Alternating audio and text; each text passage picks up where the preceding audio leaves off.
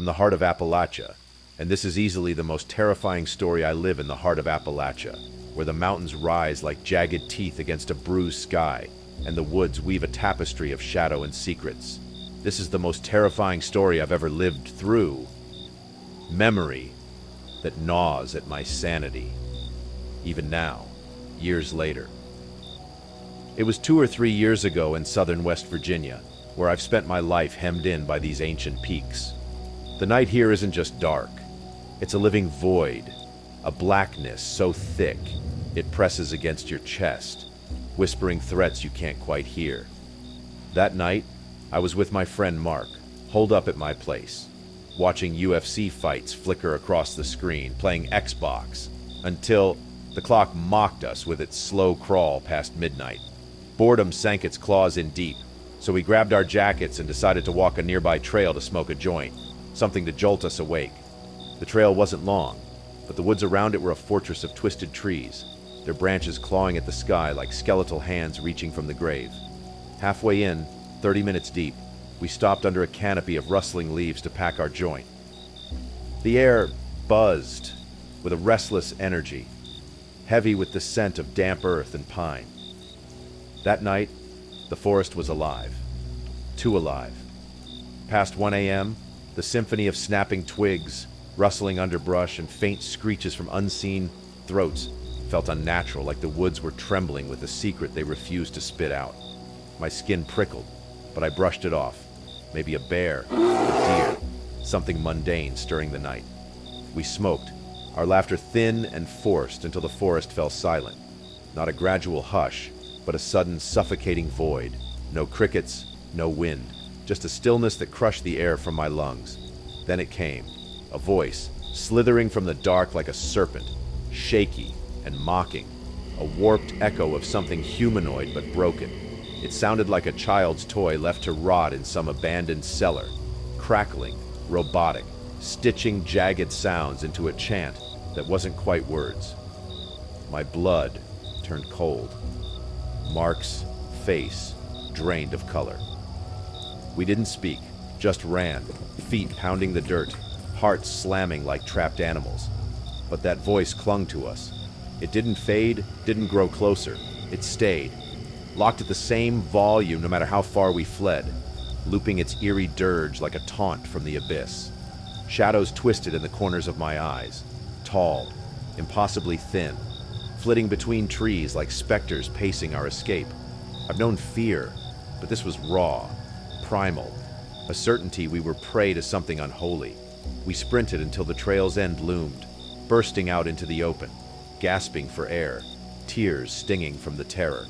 5 minutes from the car, a scream tore through the night behind us, bone-shaking, murderous, a sound that clawed at my soul. Not a mountain lion's cry, I know those well. This was no animal, no prank, no human jest. Birds erupted from the sea, their nests, wings thrashing in a frenzied exodus. My heart plummeted as if swallowed by the earth. It was a shriek of pure malice, dripping with a violence so depraved it felt ancient, alive. We didn't dare look back, just ran to the car, 5 minutes away. Tires screeching as we fled. I've told 3 people, they scoffed. But I know what I heard wasn't of this world. When the wind howls through those woods now, I hear it, faint, trembling, calling me back to the dark. I met the devil today. I met the devil today, or something that borrowed his shadow. I work in a warehouse receiving department, a gray box where truckers shuffle in and out with their loads all day. My co-worker's Mrs. D, a security guard, and my best friend's grandma, a wiry 76-year-old with a Bible in her purse and a flirtatious streak. Today, the clock dragged its hands like it was drowning in molasses as we traded gossip about life and the latest headlines. Our routine's clockwork. Trucker rolls up, she jots down their license company trailer number while I hammer the paperwork into my computer. Mrs. D always chats them up, tossing playful jabs to keep the mood light. Then he walked in. A stranger, a monolith of a man, at least 6 feet 6 inches, 300 pounds packed into a stained, oversized hoodie that hung off him like a shroud. A trucker hat sat low, shadowing his face, swallowing any chance of eye contact. I tossed a, "Hello." Nothing. Typical rude trucker, I figured. But the air shifted when he stepped inside, growing heavy, sour with something I couldn't name. Mrs. D faltered mid-sentence, her hand clutching her chest as she swayed, pale as death. She collapsed into a chair, nearly fainting, her breath shallow and ragged. I shouted for the head of security, panic spiking. Was it a heart attack? But then she lurched up, eyes wild, screaming, "He's evil!" Tears carved rivers down her face as she sobbed, voice cracking with terror. I'd never heard from her. I took her clipboard, scribbling his info as he loomed silent. Then he lifted his head. His eyes, black pits, no whites, no spark, just hollow voids that sucked the light from the room. "You know I've killed before," he said, voice low and jagged, like a blade dragged over bone. "I'm going to do it again." My lungs seized, the world tilted. He snatched his ID from the table, fingers brushing mine, cold, too cold, and stormed out, leaving no shipment, no trace. Security checked his rig. No plates, no sign he'd ever been there. 2 hours later, Mrs. D staggered back, still trembling, hugged me so tight I felt her heartbeat, and whispered she was done. She grabbed her bag and fled. Those eyes haunt me. Soulless, ancient, not human. I've brushed against darkness before, but this was the devil, stepping into my world with a promise of blood. Message from deceased parents. Last night, the dead reached out, or something wearing their faces did. I was at a dive bar with a buddy, karaoke echoing through the haze of cigarette smoke and cheap beer. A song crackled over the speakers, my mom's favorite, a melody woven into my bones since she passed years ago. I leaned over, told my friend it hit me hard, a bittersweet stab of memory.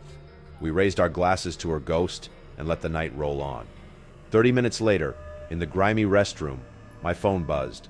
Mom joined Telegram. My stomach dropped. I stumbled back to the table, showed my friend. He went pale, jaw slack. We've been brothers since forever. He wouldn't fake this. The profile tied to her old number, status blinking, last seen recently.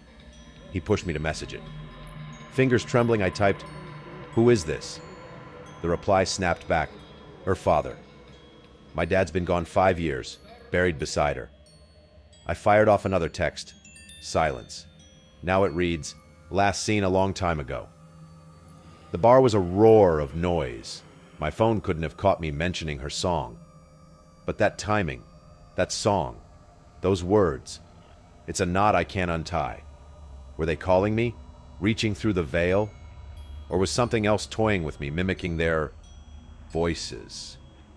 I've stayed up since, ears straining for whispers in the dark, their presence lingering like a shadow I can't shake. The air feels heavier now, charged with something watching, waiting for me to answer a call I never made.